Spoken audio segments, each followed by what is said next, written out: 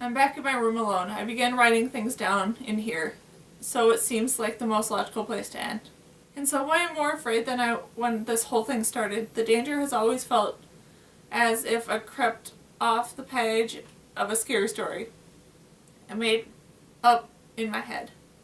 I'm sure it was spooky out in the dredge, but there was a feeling somewhere in the back of my mind that it was still a ghost story. Things are different now. Henry is out there somewhere. They searched the woods for days and found nothing. Chances are he planned for this and created a secret way to escape unnoticed. It'd be just like him to think ahead. I wonder what his apartment is like in New York, full of cameras pointed at the dredge, watching them remove all the hidden treasures. I didn't know, and neither does Henry, because he vanished into the air. No one has been able to find him. We've taken his gold and left him injured. He hates us. And the worst part, Henry thinks I'm the cause of all his problems. From here on, the danger is real. I'm going to change the subject because I'm hoping it will make me feel better. Right after I pulled up the floorboards on the dredge and dumped the blocks of gold out, Daryl told us something we didn't know about his dad. Part of me feels like we should have figured it out on our own long time ago, but we never suspected it. You don't know who I am, do you? He asked. It was Sarah who started chipping away at the options. You're not part of the Crossbones. You didn't haunt this place. You've never been here before this summer. Who are you? I've always suspected foul play, said Daryl. Always. But I never imagined. Who are you? Sarah repeated. I was a foster kid in the city until I was 12. That's when the Booners adopted me. About a year after that, I started going by my middle name, Daryl. I guess I was looking for a break with the past, a fresh start. What's your first name? Asked Sarah. She could make a really good investigative reporter, always with the questions. Joseph, said Daryl. I'm old Joe Bush's son. I remember feeling lightheaded for some reason, like the ghost of Joe Bush had inhabited his son, but we were about to be appropriately scared out of our wits. But the moment passed and I realized something as Daryl went on. The guy had lost his dad in the dredge. He'd obviously lost his mom young too. And he'd been through the toughest kind of childhood. But curiously, he had gotten better of him. He'd been searching for answers just like we had, only the stakes were even higher. Now I know the truth, he said, looking at the opening to the secret room. All this happened before we realized we'd basically forgotten all about the cipher and the secrets we'd uncover. After he figured out Joe had liquefied the gold and hidden it inside the planks of the dredge itself, Daryl piped in. I should have guessed he would come up with something like this. My dad was about the handiest guy in town. Everybody said that. That's why they chose him to run the dredge. He was gifted with motors and cranks and all kinds of machinery. But he was also a carpenter, a really good carpenter. He built the house we lived in. I remember him bringing these planks home saying he'd fix them or was replacing them. No one would have guessed it differently. It was his job to repair things, and they were always the planks coming out of the dredge, so even if they checked, there was nothing to find. As far as anyone else was concerned, the dredge was slowly getting a new floor and always looked better and better.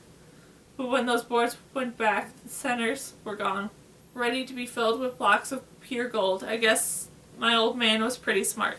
The diagram of the dredge we found in the secret room was very detailed. It showed every floorboard with both floors of the dredge. The ones Joe Bush had filled with gold were colored with a pencil. There were very many empty planks yet to be filled in. In other words, the dredge was a ship of gold. There were hundreds of hidden gold bars. A year after New York Gold and Silver abandoned Dredge 42, Skeleton Creek town brought it for $1. There was some talk of turning it into a tourist attraction, but it never materialized. Who wants to walk out to the woods to look at an old hunk of wood and metal? Nobody, that's who. But it ended up being the best investment Skeleton Creek had ever made. I got an update from my dad, and when I came home today, as so far they pulled 1,400 pounds of gold out of the dredge. Every floorboard they pulled up had another 10 or 20 pounds of pure gold hidden down in the middle. price of the gold was high these days, pushing to $1,000 an ounce. My dad carried a calculator in his pocket, adding up the numbers over and over. And $1,000 an ounce were $16,000 per pound of gold. He told me earlier today, "Do you realize how much money they found is worth? Over 22 million bucks. It'll reach 30 million before they're done tearing it apart," I said. I studied the diagram carefully. There's a lot more to be found. $30 million worth of gold. Can you imagine? It was always right there, sitting in the woods, just waiting for someone to find it. Even the dredge won't come out too badly in the end. There are already plans in the works to build a wood plank trail from Main Street all the way out to the dredge, and signs all the way along the way describing the amazing story Sarah and I uncovered. Ghostly sounds and sights included. The fact that Henry has gone missing will only add to the urban legend and bring even more tourists. Some people say the hope he never comes back and never gets found. I'm not one of those people. There's talk of rebuilding the downtown and turning Skeleton Creek into a world-class fly fishing and sightseeing destination, with the creek and the dredge as the centerpiece. $30 million ought to cover it. My dad's planning on opening a fly shop, since the town is gifting my parents and Sarah's parents 5% of whatever comes out of the dredge. Oh, and they're giving Sarah and me enough money to attend any college we want after graduation. We're currently on the hunt for a university known for excellence in both writing and filmmaking. I can only imagine what kind of trouble we're going to get into when we show up on campus. Everyone in Skeleton Creek seems to believe we could turn this place around. Still, for me, the town wasn't the most important thing the dredge gave me back. What I got back, what really mattered, is my best friend. They can have all the money as long as they let me and Sarah stay together, which it appears they're going to do. I suppose it would be hard to justify keeping us apart, seeing how we saved Skeleton Creek and all. I'm talking to my dad more these days, and he's talking too. The fly shop will be a good place for us, a common interest we can share. Plus, he'll be around a whole lot more, doing something he loves. He doesn't talk about Henry. I can't imagine how it would feel for your best friend to betray you like that. To lie about so much for so long. It has softened my dad about me and Sarah, but he's going to have a hard time trusting like that again. We both learned a lot about risk and rewards of friendships.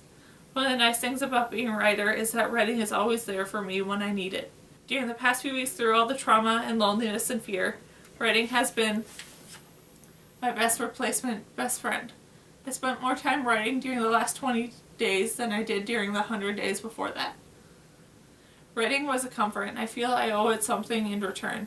But the pendulum is swinging the other way now, and I suspect I'll be writing a lot less for a while. Sarah and I have some catching up to do. There's schoolwork, I'll be driving soon. I have a strong feeling Sarah will want to make a stab at locating Henry, and I can't let her do it alone. But I know writing will be here when I need it, and this is a great comfort for me as I venture back into the world full time. We're hosting a barbecue on the porch tonight, which means I have to wrap this up and go help Mom. Pretty soon Daryl Booner and Glaze Morgan will be here along with a whole bunch of other townsfolks. Sarah will be here with her parents and her new camera.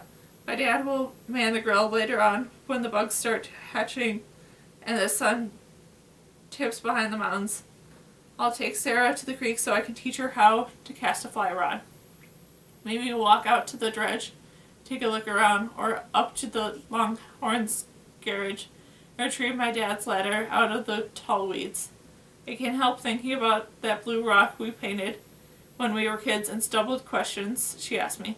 I want to paint the rock. Don't you want to paint the rock? Without Sarah, I'm no different than the legend of Old Bush. I'm like a ghost, alone in my room, making up stories, keeping to myself. It's like Sarah has a hold of my hand, pulling me forward. She's looking back at me the same way, question in her eye over and over again.